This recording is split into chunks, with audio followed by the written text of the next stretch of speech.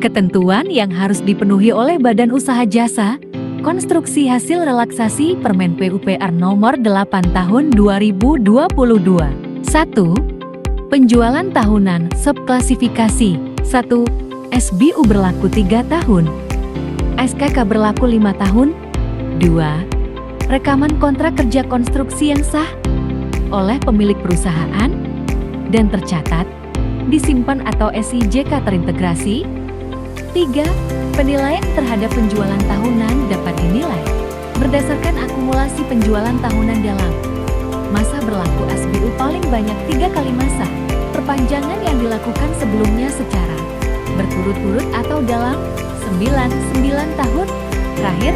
Contoh, untuk perpanjangan SBU tahun 2022, penjualan tahunan dapat dihitung mulai tahun ke-2013. 4. Pemberlakuan penilaian penjualan tahunan dapat dijadikan dasar pelaksanaan sertifikasi badan usaha untuk 2 kali masa perpanjangan sertifikasi. Contoh, untuk perpanjangan SBU tahun 2025 penjualan tahunan dapat dihitung mulai tahun 2016,5. Pengalaman BUJK dapat dibuktikan dengan dokumen kontrak antara BUJK dan pengguna jasa baik untuk pekerjaan yang dilakukan di dalam maupun luar negeri. 6. Penjualan tahunan dapat digunakan untuk lebih dari satu subklasifikasi berdasarkan kesesuaian pekerjaan utama major item pada penjualan tahunan tersebut. 7. Dalam hal BUJK mengajukan perubahan untuk peningkatan kualifikasi, penilaian terhadap penjualan tahunan dilakukan terhadap akumulasi penjualan tahunan pada subklasifikasi yang sama. 8. Penilaian terhadap penjualan tahunan KP BUJK untuk pengajuan sertifikasi badan usaha baru dihitung berdasarkan pengalaman yang dimiliki BUJK asing, pembentuk dari luar Indonesia boleh dari negara asal atau lain. 9. Penilaian terhadap penjualan tahunan KP BUJK untuk pengajuan perpanjangan SBU dihitung berdasarkan pengalaman yang diperoleh di Indonesia dengan lingkup pekerjaan yang sesuai dengan subklasifikasinya. 2. Kemampuan keuangan kualifikasi akumulasi dari jumlah subklasifikasi yang diambil. 1. Pekerjaan konstruksi dapat dilakukan bersamaan dengan pekerjaan konstruksi terintegrasi. 2. Pemenuhan persyaratan terhadap kemampuan keuangan dipenuhi berdasarkan kualifikasi usaha. 3. Nilai total ekuitas dihitung dari selisih aktiva dengan total kewajiban. 3. Ketersediaan aset akumulasi aset per subklasifikasi. 1. Total ekuitas mata uang asing harus dikonversi ke rupiah kurs di saat sertifikasi. 2. Khusus SPSIE alis. Nilai aset kurang dari 2 miliar dapat dipenuhi dengan neraca keuangan yang dibuat oleh badan usaha dan untuk nilai aset lebih dari atau sama dengan 2 miliar dipenuhi dengan neraca keuangan yang diaudit oleh akuntan publik yang terregistrasi dan akuntan publik wajib mencantumkan kode QR Permen KURI Nomor 86 PMK.01/2021 Pasal 39. 3. Khusus SPSIE alis.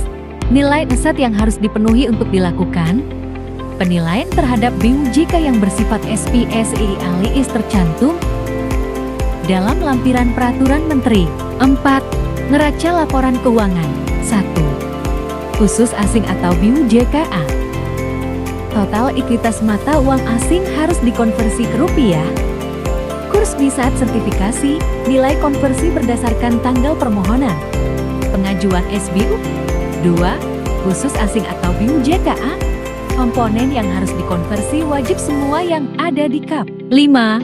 PJBU. 1. Penanggung jawab teknis badan usaha PJTBU tidak boleh merangkap jabatan pada BUJK lain pasal 13 ayat 21 orang PJTBU per badan usaha mengikuti ketentuan teknis salah satu subklasifikasi dengan kualifikasi tertinggi yang dimiliki. Pencabutan atau penggantian TK ke dalam 7 hari kalender dan wajib lapor ke LPJK CCL SBU.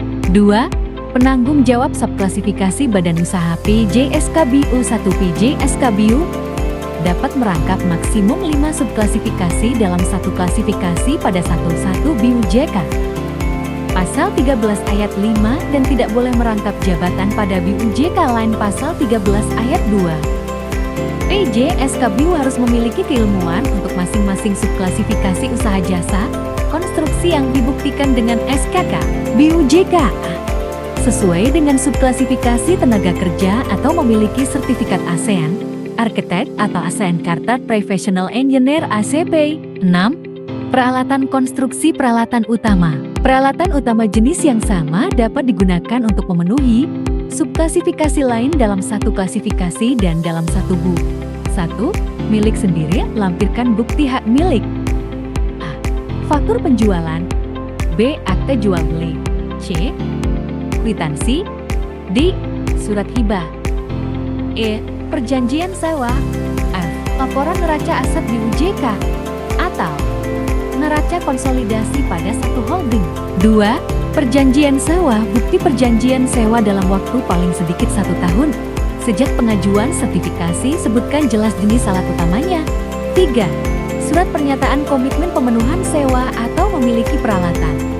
Paling lama 30 hari kalender sejak SBU diterbitkan. Note: rincian jenis peralatan utama tercantum dalam lampiran peraturan menteri dan peralatan konstruksi dilakukan pengujian oleh instansi yang membidangi ketenagakerjaan di pemerintah daerah provinsi untuk memenuhi tahap dalam pencatatan peralatan konstruksi. Dalam hal pengujian peralatan konstruksi sebagaimana dimaksud belum dapat dilakukan oleh instansi yang membidangi ketenagakerjaan di pemerintah daerah provinsi. BUJK dapat menggunakan surat pernyataan kelayakan dengan melampirkan surat dari naker setempat yang menyatakan bahwa peralatan utama belum bisa dilakukan pengujian oleh naker setempat. Pasal 14 ayat 10-11. Penyediaan peralatan konstruksi harus tercatat pada sistem Informasi Material Peralatan Konstruksi SIMPK. 7. Sistem Manajemen Anti Penyuapan SMAP 37001/2016. Sertifikat ISO 37001/2016 atau memiliki dokumen penerapan sistem manajemen anti penyuapan yang diterbitkan oleh lembaga sertifikasi terakreditasi. Dokumen yang dipersyaratkan ada 16 dokumen.